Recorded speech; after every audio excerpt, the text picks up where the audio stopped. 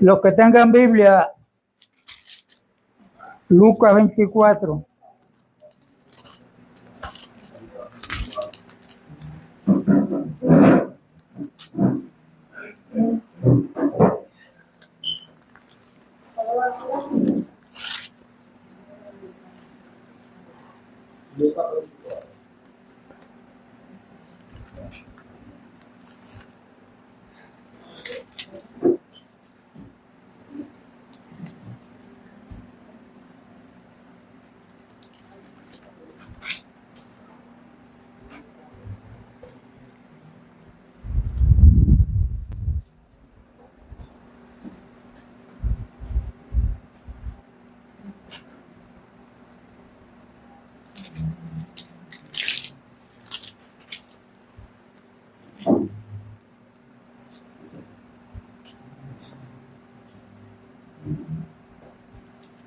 Verso 44 de Lucas 24. Esto es cuando Jesús se le aparece a los discípulos después que había resucitado. Y les dijo: estas son las palabras que os hablé, estando aún con vosotros, que era necesario que se cumpliese todo lo que está escrito de mí. ¿Dónde? En la ley de Moisés, en los profetas y en los salmos. Aunque no es de esa escritura que vamos a hablar hoy, pero la quise citar porque Jesús le menciona a los discípulos que antes de que él muriera, o sea, inclusive su nacimiento, su vivir, su muerte, su resurrección, todo eso estaba escrito en los profetas, en la ley de Moisés y en los salmos.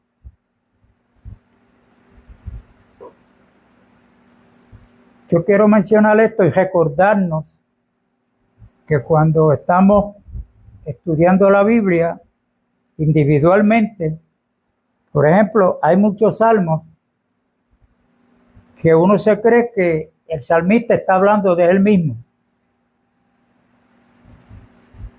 Y hay muchos salmos, como dijo Cristo, que son mesiánicos, que de quien están hablando es de Cristo.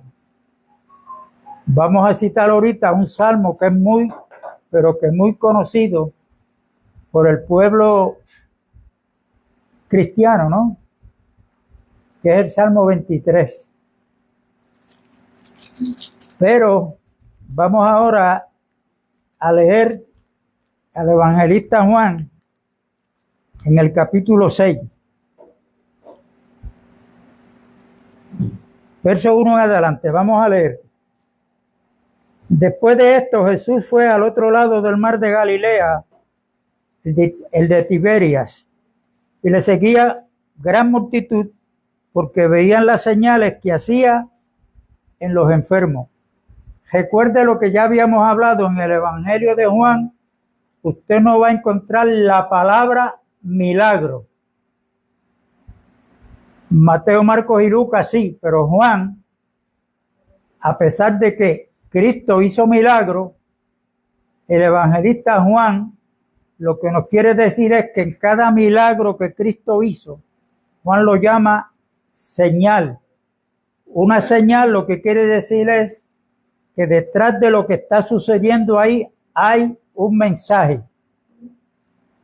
Ese es el que tenemos que pedirle a Dios, que nos alumbre para que podamos entender. Por ejemplo, las bodas de Caná, todo lo que hizo Cristo, creo que 9 son en el Evangelio de Juan, que todos son señales.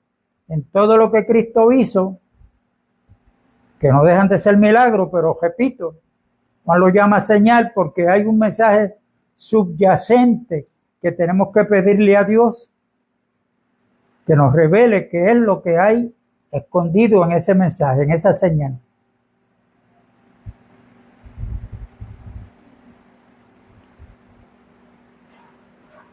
Entonces subió Jesús a un monte y se sentó allí con sus discípulos. Estaba cerca la Pascua, la fiesta de los judíos.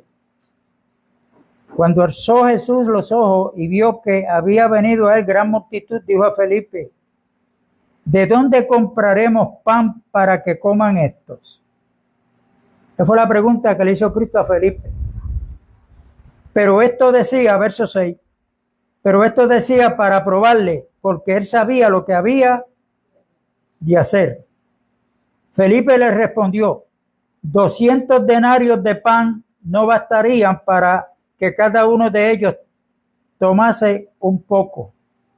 200 denarios, más o menos está hablando de 7 a 8 meses de trabajo, porque un denario para ese tiempo era el precio diario de un jornalero.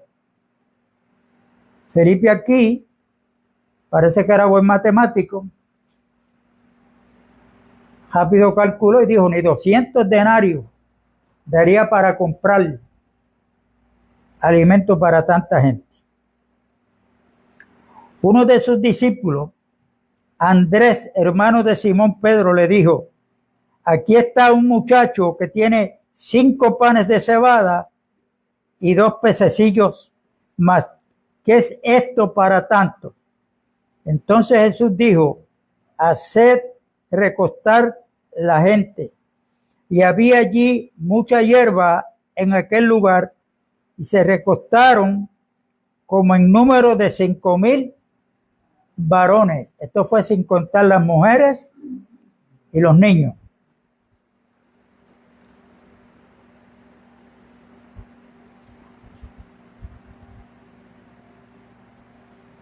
Y tomó Jesús aquellos panes y, habiendo dado gracia, los repartió entre los discípulos, y los discípulos entre los que estaban recostados, asimismo de los peces, cuanto querían.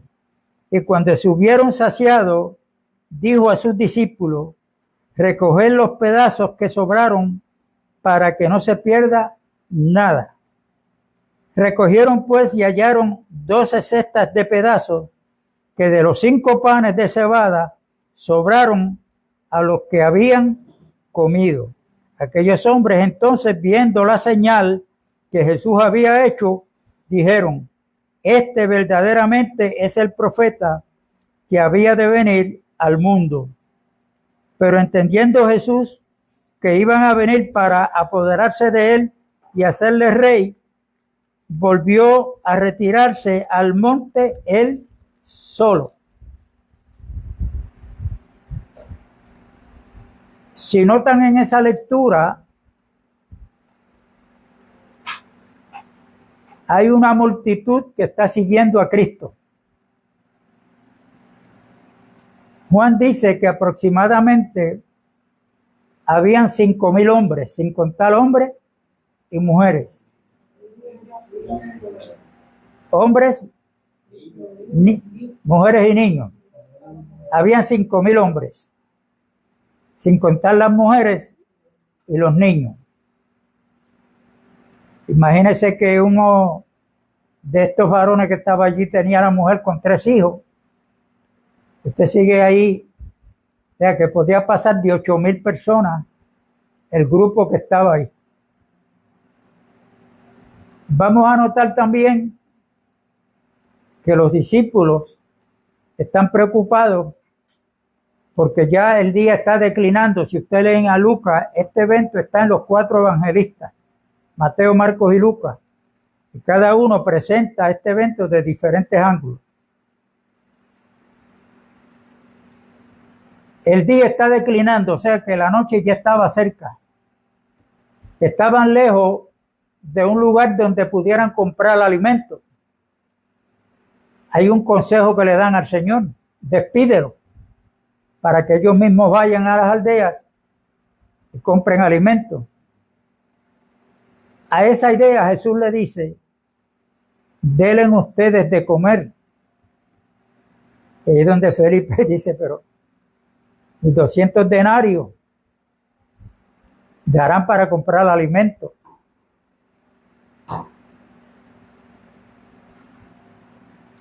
Y Andrés, el hermano de Pedro, viene y le dice a Jesús, aquí hay un muchacho que tiene 5 panes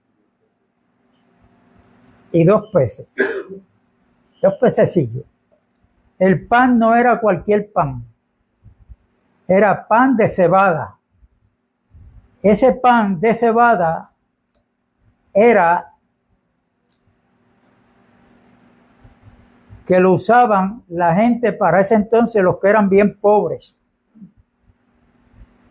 Usaban el pan de cebada.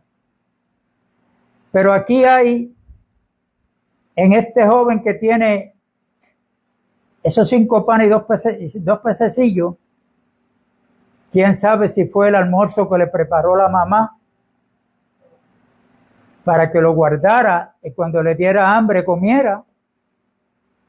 Fíjense que el escritor, ninguno de los 4 evangelistas menciona el nombre de ese joven. Lo único es que lo reconocen en el sentido que sabían que tenía 5 panes de cebada y 2 pececillos. El número 5 en la Biblia, ¿de qué nos habla? ¿No recuerdan? El número 5 en la Biblia habla de la gracia de Dios. Este altar que está aquí, que era el altar del sacrificio donde se hacían los sacrificios del holocausto para el perdón de pecado, ahí era que depositaban el cordero. Ese altar representaba o señalaba a la cruz donde Cristo, que es el Cordero de Dios, iba a morir. Este altar era cuadrado, tenía 5 codos de largo y 5 codos de ancho. Tenía 3 codos de altura. Un codo equivale a 3 pies. La medida era de la punta de este dedo al codo. Ahí hay 3 pies. Si usted coge una cinta, mídalo en su casa después para que usted vea. 18 pulgadas. Pies y medio, perdón. Tiene razón, pies y medio, 18 pulgadas. Lo multiplica por 3 y ahí usted sabe lo que le va a dar, cuántos pies había. Pero este altar, repito, era cuadrado porque ahí era puesto el sacrificio del holocausto. Ese cordero tipificaba al Cordero de Dios que iba a morir en una cruz. Y como dice el evangelista Juan en el capítulo 1, versos 16-17, que dice que la gracia, que la ley vino por medio de Moisés, mas la gracia y la verdad vinieron por medio de nuestro Señor Jesucristo. Y de su gracia tomamos todo, gracia sobre gracia. Por eso es que el número 5, para muchos de los cuales yo he escuchado y he leído, tengo un libro que habla de los significados de los números. Y en este libro también el autor del libro habla que el número 5 habla de la gracia de Dios. Y si uno sigue del altar que tenía 5 codos de largo y 5 codos de ancho, era cuadrado, que señalaba a la cruz donde Cristo iba a morir, que cuando Cristo le da cumplimiento, Él como nuestra Pascua, como el Cordero de Dios que quita el pecado del mundo, que fue a la cruz, allí todo Él lo hizo porque en Él estaba la gracia de Dios para todos nosotros. Cuando uno estudia la gracia de Dios y que comienza a recibir revelación de lo que es la gracia de Dios, no hay lugar para que almacenemos orgullo en nuestro corazón. El orgullo es uno de los pecados que el salmista le pidió a Dios: líbrame de los que me son ocultos, en plural, y uno de esos pecados se llama el orgullo. Por ejemplo, cuando entre dos de nosotros sucede algo que uno lastima al otro, el que lastimó va a tratar de justificar su actitud hacia el otro. Eso es resultado del orgullo. Y si alguien podía justificarse por sus actos, por todo lo que él hablaba, cómo él vivía, era Cristo, que fue el que nos pudo decir: aprendan de mí, que soy manso y humilde de corazón. Inclusive cuando Pablo escribe a los filipenses en el capítulo 2, nos aconseja y nos dice que yo debo tratar al hermano como superior a mí. Si eso lo ponemos en práctica como debemos de ponerlo en práctica, y uno dice, bueno, pero ¿por qué unas exigencias que? Porque el Señor sabe lo que hay en nuestro corazón. Cuando un matrimonio tiene discusiones, es porque ninguno quiere ceder. Cuando dos hermanos en Cristo, que fue uno de los problemas que Pablo tuvo que corregir en Corintios, en vez de ellos como espirituales que eran, resolver el problema entre ellos mismos, iban a los jueces civiles. Y Pablo le dijo que eso estaba mal. No hay alguno entre vosotros espiritual que pueda juzgar entre ustedes.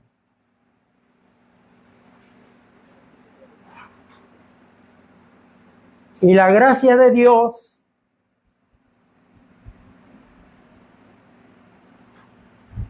cuando uno lo entiende, uno tiene que pensar en aquellos que creen que se van a ganar el favor de Dios por algo que ellos hagan o que están haciendo.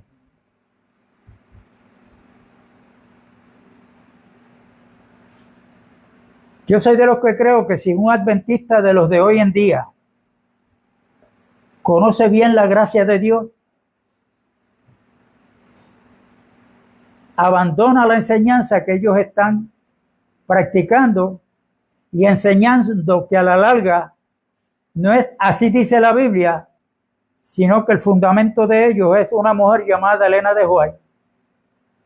Y por eso es que usted cuando los escucha hablar, les gusta citar mucho El conflicto de los siglos, que fue uno de los libros que ella escribió, El gran chasco, y hay un sinnúmero de libros que ella dejó escrito que para los adventistas, a quien le habló Dios fue a esa mujer, y por eso ellos la reconocen como la profeta de Dios.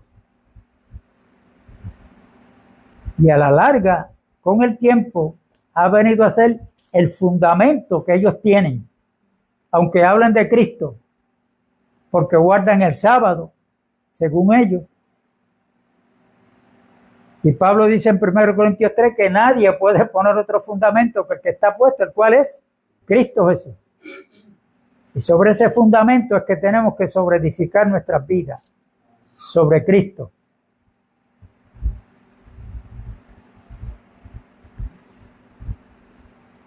Y como les dije, como dice el evangelista, ahí lo que habla de este joven que tenía esos 5 panes, es aquí un muchacho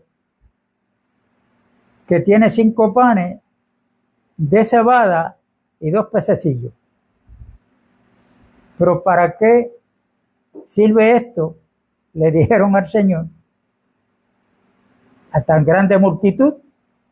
Y el Señor, cuando le dieron la noticia, pues le dijo, tráiganmelos acá. Y aquí hay mucha enseñanza, porque cuando los discípulos reconocen la multitud que había con lo poquito que tenían para darle de comer, consideraron que aquello era algo bien mínimo y que apenas podía comer una persona.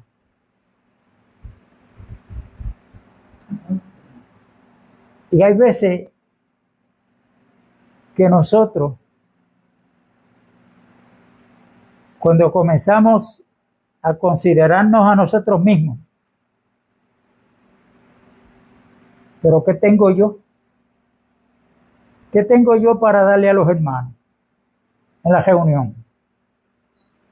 Y porque Pablo dijo que hay pues, hermanos, cuando os reunís, cada uno trae. La religión nos enseñó a congregarnos, pero a buscar.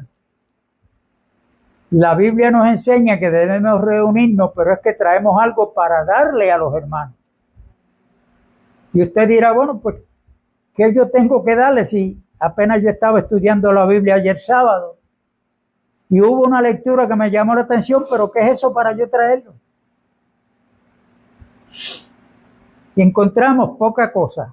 Una de las cosas que Pablo le aconsejó a Timoteo era que se dedicara a la lectura. Y a veces creemos que con leer un capítulo donde yo entiendo que el Señor nos quiere hablar, encontramos eso poca cosa para traerlo en la reunión. O un testimonio, no que glorifique al diablo, que glorifique a Dios. Sí, porque hay muchos que, como Cristo dijo que el evangelio sería predicado por testimonio, mal entendido eso que dijo Cristo, cuando vienen frente a la congregación a testificar de lo que el diablo hacía a través de ellos. Mano, cuando yo entré a la baja aquel día, ya yo iba con el seguro puesto en mi carácter, porque el que me mirara mal, y allí se formó un revolú, yo saqué el puñal que tenía. Dice, están hablando de algo que sucedió y que a quien le está dando la gloria es al diablo. Y en esto hay que tener cuidado. Cuando Jesús mandó a los discípulos y les dijo, no se vayan de Jerusalén, esperen allí hasta tanto sean investidos de poder, para que me sean testigos en Samaria, Judea, Jerusalén y hasta los confines del mundo. Y cuando usted comienza a leer el libro de los Hechos, ¿de qué era que los apóstoles daban testimonio? No fue de sus experiencias antes de conocer a Cristo. De quien ellos testificaban eran de Cristo Jesús. A este que ustedes mataron, lo crucificaron, le dieron muerte por determinado consejo de Dios. A ese que ustedes mataron, Dios lo ha resucitado de entre los muertos y lo ha hecho Señor y Cristo. Lo que daban testimonio era de él. A Pedro y a Juan en cierto momento lo encarcelan, a los dos. Los jefes de la corte los mandan a buscar y le hacen una advertencia. Los vamos a dejar ir libres, pero con una condición: que no hablen más en el nombre ese que ustedes están hablando. Pedro le dijo, gracias, tranquilo, que yo no voy a hablar de eso más. Y Juan dijo lo mismo. ¿Qué fue lo que dijo? se pusieron de pie y ante las autoridades les dijeron: nosotros no podemos dejar de decir lo que hemos visto y oído. Juzguen ustedes mismos si es lícito obedecer a los hombres antes que a Dios. Bueno, eso le pasó a ellos. Pero esto está sucediendo hoy en día en diferentes partes del mundo. Están metiendo presos a los que predican a Cristo públicamente. A otros le están quitando la vida. Aquí no, aquí estamos viviendo muy cómodamente.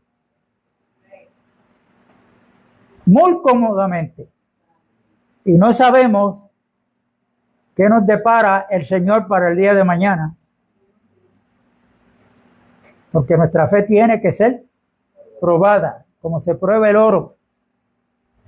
Es probado por fuego. Así es, hermano, que comenzamos a ver que nunca de lo que Dios le ha dado a usted encuentre que es algo poco.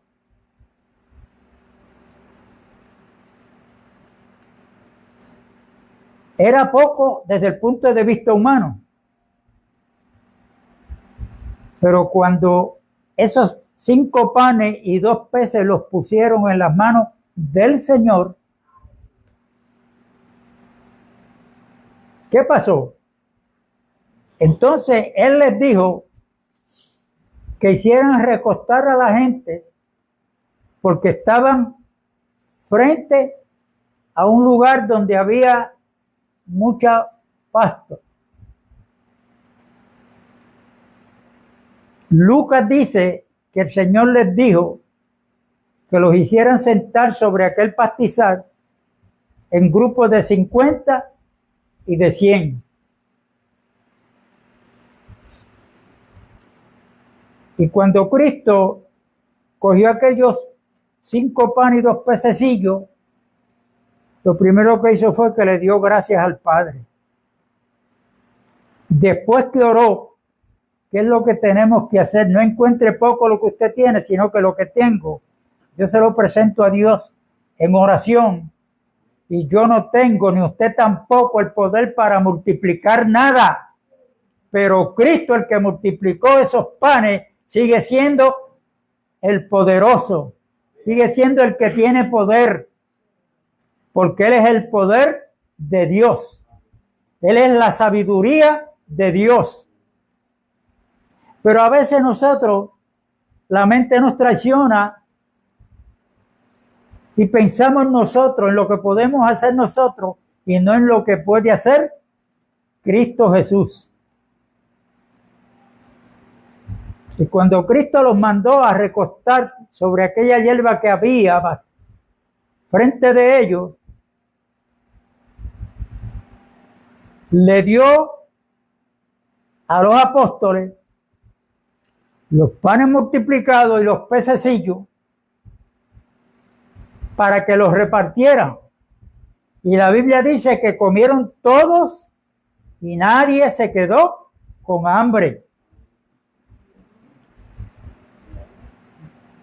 Pero no solamente llenaron su estómago, sino que de aquellos 5 panes, el Señor, muy cuidadoso, le dijo a los discípulos: recojan lo que sobró. Y recogieron 12 cestas llenas. ¿Por qué yo ahorita, empezando, le dije que citáramos a Lucas 24? Porque allí Jesucristo, después que resucitó, le dijo a los discípulos que en él, o él tenía que cumplir lo que Moisés decía en la ley, lo que los profetas dijeron, y los salmos, que eran mesiánicos, que hablaban de él. Ahora yo le voy a citar un salmo. que es muy reconocido dentro del pueblo de Dios y que son muchos los cristianos que se saben el Salmo de memoria. Es el Salmo 23. ¿Cómo comienza el Salmo? Jehová es mi pastor y nada. Y el verso 2, ¿qué dice? En lugares de delicados pastos me hará descansar. Junto a aguas de reposo me pastoreará. ¿Por qué Cristo cogió esa llanura que está cerca del mar? Y ahí está ese lugar donde hay tanto pasto y ahí los mandó a sentar. En otras palabras, los mandó a reposar sobre ese pastizal y ahí él multiplica los panes y los pececillos y les da de comer. No tienen que ir lejos a buscar alimento. Se cumplió lo que dice el verso 2 del Salmo 23. Pero hay algo más ahí. Si comenzamos a leer el capítulo completo, muchos seguían a Cristo porque no es la primera vez que Él multiplica el pan y le da de comer a los hambrientos. Muchos estaban siguiendo a Cristo, no por lo que Cristo era, que era el Mesías, el enviado de Dios, sino porque de hecho, hasta ahí lo nombraron como profeta, no como el Mesías, no como el enviado. Definitivamente este es el profeta. No. Jesucristo es más que profeta. Él es el enviado. Él es enviado de Dios. Él es nuestro Redentor. Él es el Cordero de Dios que quita el pecado del mundo y que ahora Él no está por ahí multiplicando 5 panes y 2 peces, sino que en ese capítulo 6, Él le dice a los de su tiempo y nos dice a nosotros en el día de hoy, que cuando Moisés estaba con el pueblo de Israel por el desierto, Dios le dio maná que descendía del cielo. Y Él le dice, Moisés no le dio el verdadero pan. El verdadero pan es el que desciende del cielo. Ese es el verdadero pan que ha sido enviado por Dios y que el que come de ese pan jamás va a tener hambre. Pero no lo dejo ahí. Jesucristo dijo, yo soy el verdadero pan. El que me come jamás tendrá hambre. Y todo esto está en ese capítulo 6 y que los 4 evangelistas, cada uno menciona ese evento, pero de diferentes ángulos. De diferentes ángulos.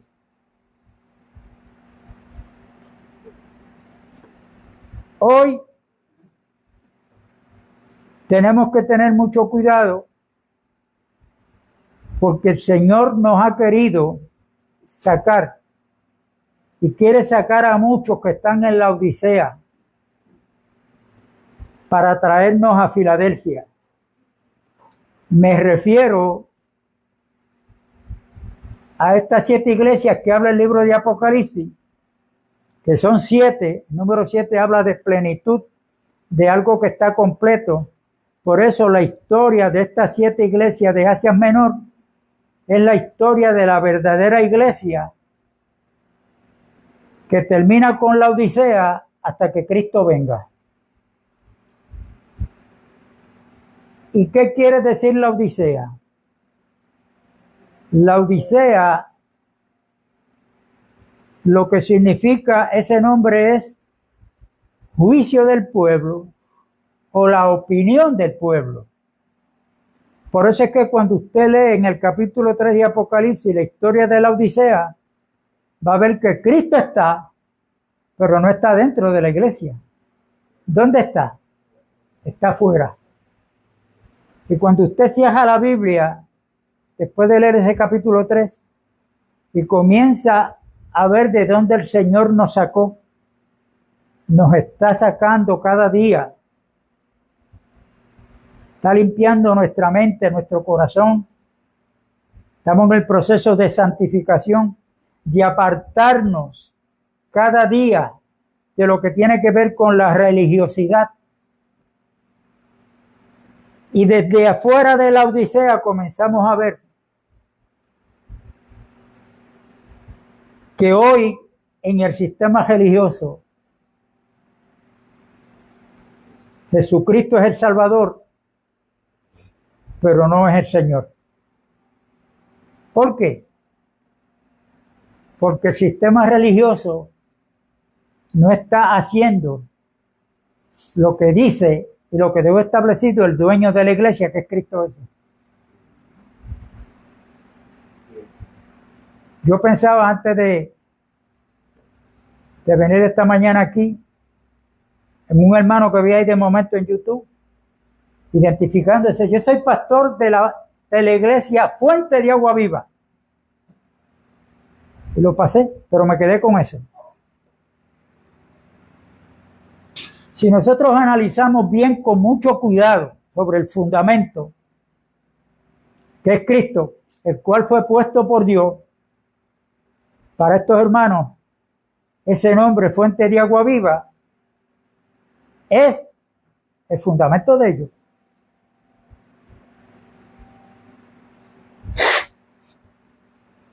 La iglesia adventista, el fundamento de ellos, y que son los verdaderos porque practican, sobre todo son defensores del día de reposo, que tanto que critican a la institución católica, y no se dan cuenta que el día de reposo que ellos están guardando no es el día de reposo del Señor. El día de reposo que ellos guardan es sobre un calendario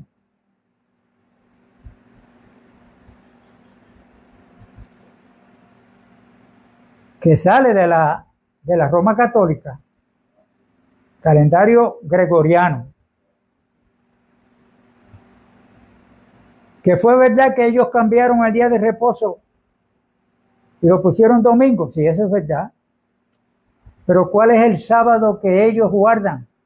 Es el sábado que este monje católico gregoriano estableció y que los días los puso en conmemoración de los astros. Si usted lee domingo en inglés, ¿qué es lo que dice? Día del sol. El lunes, día de la luna. Martes. Y así sucesivamente. Y el sábado que ellos guardan, que es de ese almanaque, que es el sábado, Saturday, día de Saturno. Pero tienen oídos para oír, pero no oyen. Ojos para ver, pero no ven. A ellos les gusta dar estudio bíblico hasta la saciedad, pero es basado en el libro de Daniel y el libro de Apocalipsis, dejándose llevar por la profeta de ellos, que fue la que interpretó esos libros, Elena de Joy. Yo nunca los he visto y escuchado dando un estudio de Romanos y Gálatas.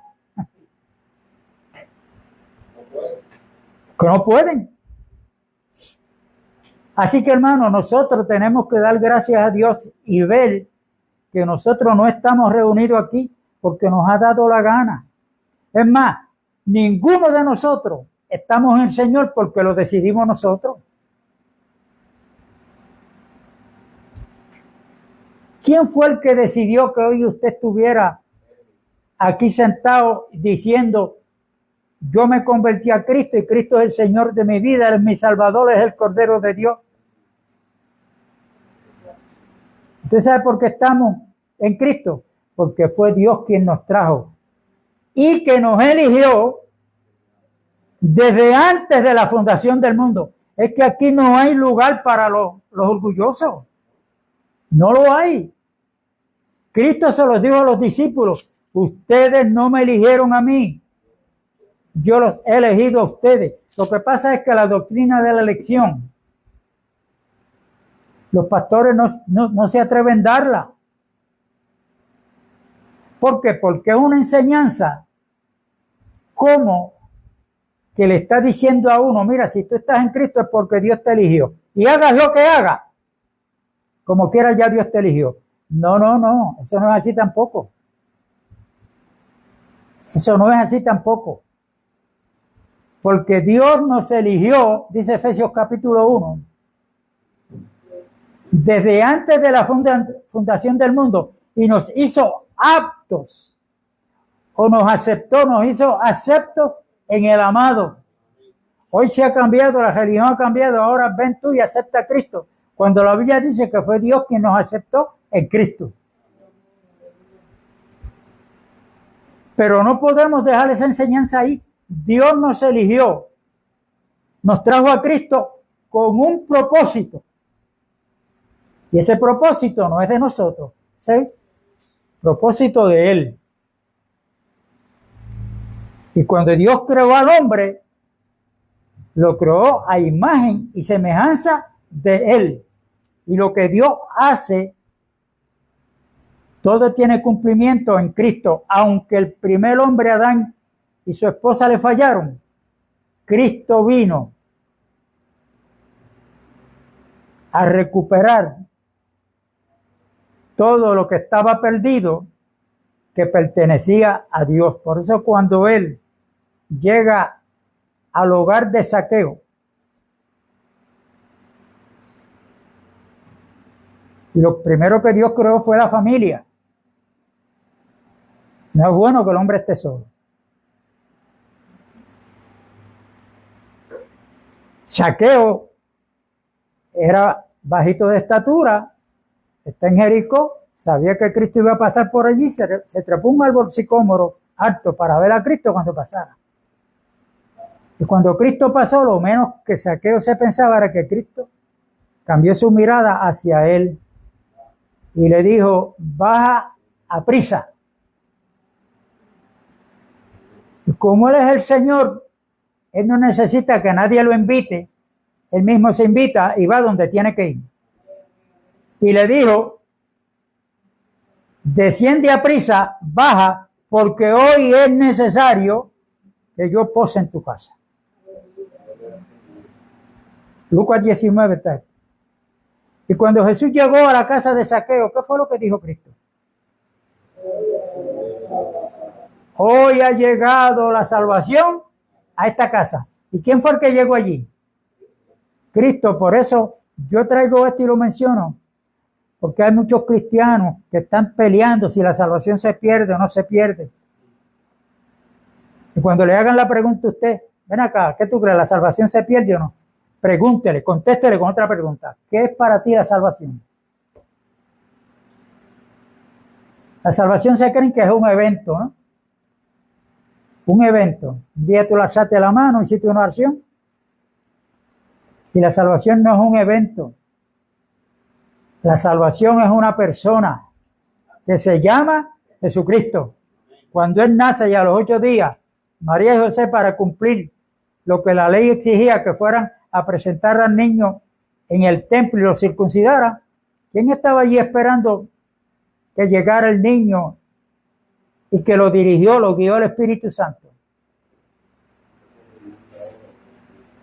Un hombre llamado Simeón, que era temeroso de Dios, hacía oraciones grandes, que esperaba la redención de Dios para su pueblo Israel. Y cuando María llegó con Jesús de 8 días nacido, Él lo cogió en sus brazos. ¿Y qué fue lo que dijo Simeón? Comenzó a darle gracias a Dios y le dijo: gracias te doy porque hoy han visto mis ojos tu salvación. ¿Y a quién estaba viendo Simeón? A Cristo. Por eso es que Pablo, cuando escribe en Colosenses, dice que Cristo es el todo en todo. Cristo es el todo en todo. Él es el pan de vida. Él es nuestro alimento, hermano. No hay rituales que valgan. Es Cristo Jesús nuestro alimento. Es el agua de vida. Él es el camino, la verdad.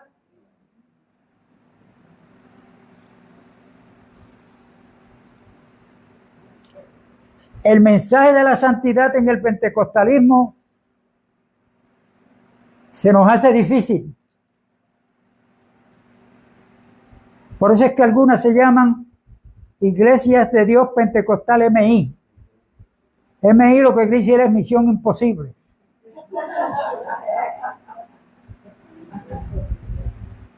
Porque están tratando de generar una santidad que jamás van a poder. Nosotros somos santos, somos apartados del mundo para Dios. Ahora Dios está haciendo una obra en nosotros que es el proceso de santificación, que no es otra cosa que el carácter de Cristo formado en cada uno de nosotros, donde eso lo dice 1 Corintios capítulo 1, versos 27, 28, 29 y 30. Que por Dios nosotros estamos en Cristo, el cual nos ha sido hecho por Dios para nosotros sabiduría, justificación, santificación y redención, para que, como está escrito, el que se gloríe o el que se las quiere echar, écheselas, pero en Cristo Jesús.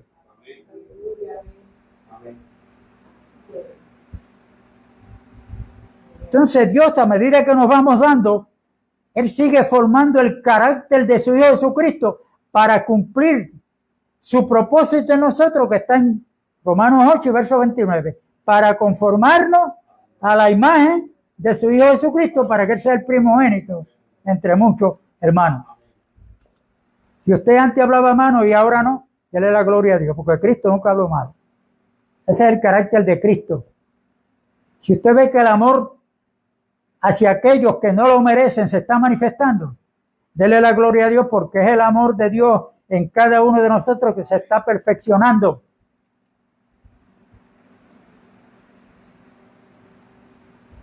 Por eso Juan dice que cuando Cristo aparezca seremos tal y como Él es, porque le veremos cara a cara, vamos a ser igual a Él. Vamos a tener un cuerpo glorificado. Pero recuerden que nosotros estamos en un proceso de santificación y que eso no se consigue por medio de ayunos, oraciones, por nada. Eso lo está haciendo Dios desde nuestro interior, formando el carácter de Cristo a medida que yo en oración le digo a Dios y se lo doy a demostrar con mis actitudes, tengo hambre y sed de justicia, porque Él dice, porque los tales serán saciados.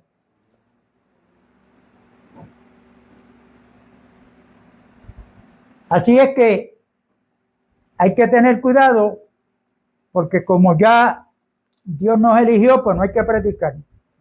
Mire, hermano, los que son elegidos, el que sabe quiénes son es Dios. No soy yo, por eso es que hay que predicar a todos, entendiendo que no es de todos la fe.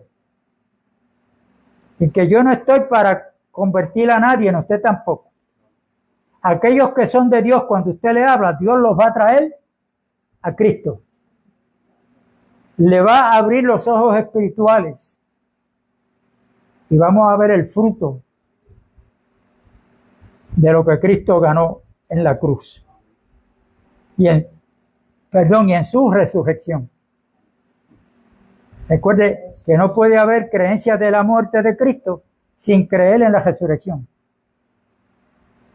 Eso lo hemos dicho muchas veces, está grabado, está en la Biblia, 1 Corintios 15, que Pablo dice, si Cristo no resucitó, van a nuestra predicación, van a nuestra fe, y aún estamos nuestros delitos y pecados. ¿Por qué? Porque necesitábamos un sacerdote, que ahora lo tenemos, que es Cristo, que pudiera entrar al lugar santísimo ante la presencia de Dios para interceder por nosotros. Y allí está. Desde que resucitó, Dios lo levantó y lo sentó a su diestra. Pero como Dios al principio en Adán hizo un hombre corporativo, hizo lo mismo, pero ahora en Cristo. Cristo es un hombre corporativo. Cristo en su ministerio terrenal estaba solo. Pero después que muere y resucita, dice la palabra que él va a ver en Isaías 53, y va a ver el fruto de sus aflicciones. ¿Cuál es el fruto de las aflicciones de Cristo? Nosotros. Todos los que hemos creído, los que Dios nos ha llamado. Y Dios nos ha sacado, en cierto sentido, de la Odisea. Raúl y José fueron pastores de una denominación. Yo estuve en las denominaciones. Alberto y Malda fueron adventistas. Jafa ha estado en diferentes congregaciones. Pero nosotros, la iglesia, tiene una sola identificación. Cristo nos mandó a ser miembros, Cristo nos mandó a ser discípulos. Todos los discípulos estamos aprendiendo. Y Dios nos está sacando para que veamos, al leer el mensaje de Filadelfia, que esa es la iglesia que se va a encontrar con Cristo Jesús. ¿Qué significa la palabra Filadelfia?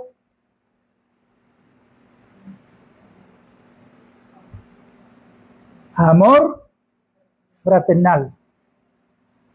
Amor fraternal. Ese es el mandamiento que Cristo nos dejó, que está en Juan 13:34.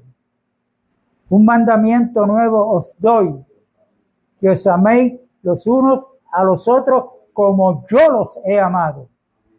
Pero Juan nos dice que no amemos de labios, sino con hechos. Con hechos.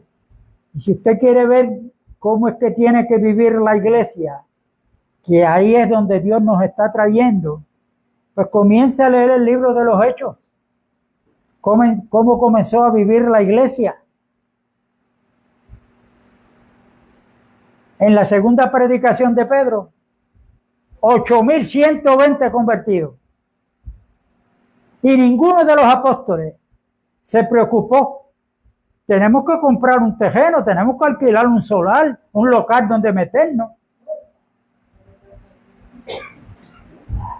Ellos se mantuvieron creyendo las enseñanzas de Cristo, pero poniéndolas en práctica.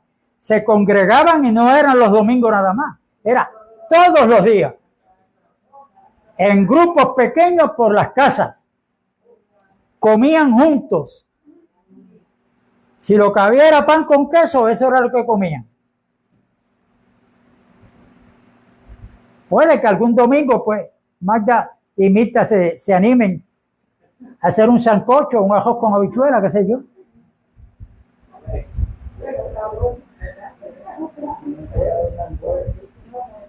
Pero usted tiene que ubicarse mentalmente que Dios nos quiere usar a todos, pero no es en la calle únicamente, es en nuestros hogares.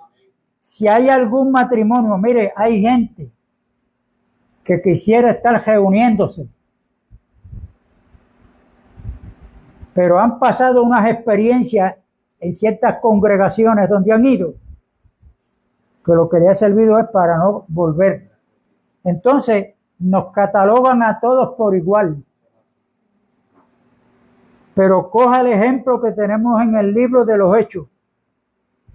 Cada uno depositaba su casa para que ahí se dieran reuniones todos los días, reuniones pequeñas. Pequeñas me refiero en el sentido numérico de cuántos creyentes iban en cada casa. Yo espero que algún día yo le diga a Heriberto y Magda, salúdenme a la iglesia que está en tu casa.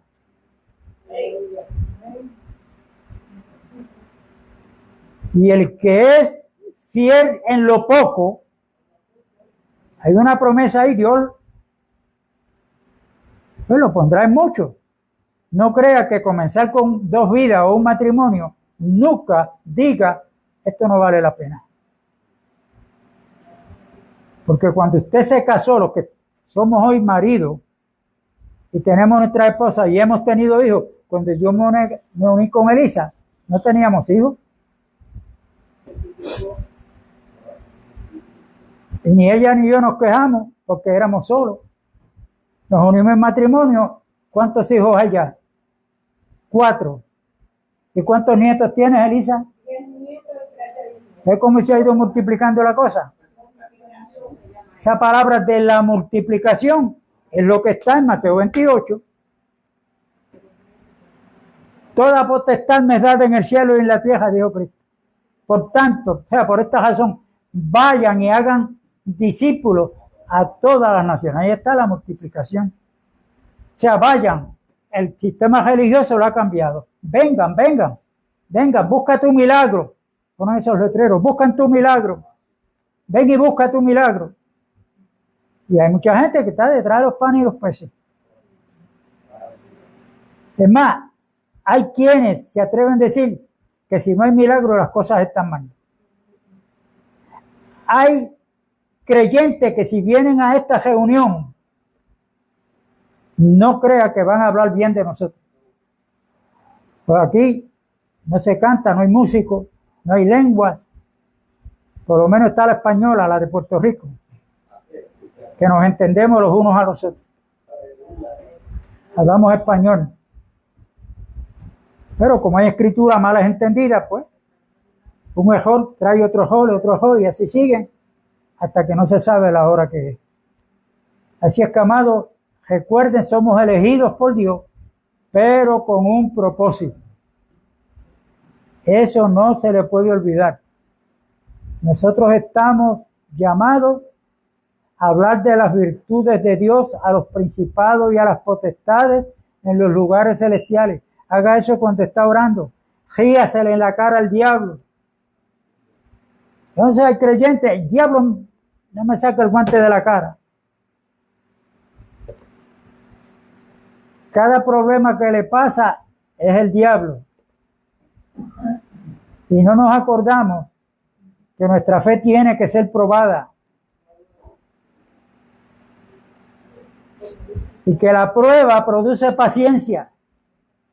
Y la paciencia no avergüenza, porque el amor de Dios ha sido derramado en nuestros corazones. Eso está en Romanos capítulo 5. Entonces, cuando se nos viene una prueba, pregúntale al Señor no por qué, sino para qué. ¿Para qué?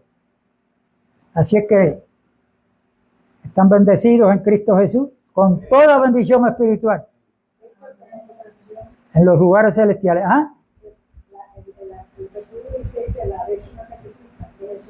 No oigo lo que ella me dice. La décima que escribiste. En Jesucristo tenemos la fuerza para vencer. La décima tuya. Ah, cuando la prueba nos toca, nuestra fe se aumentará, y es que nuestra casa está fundada sobre la roca.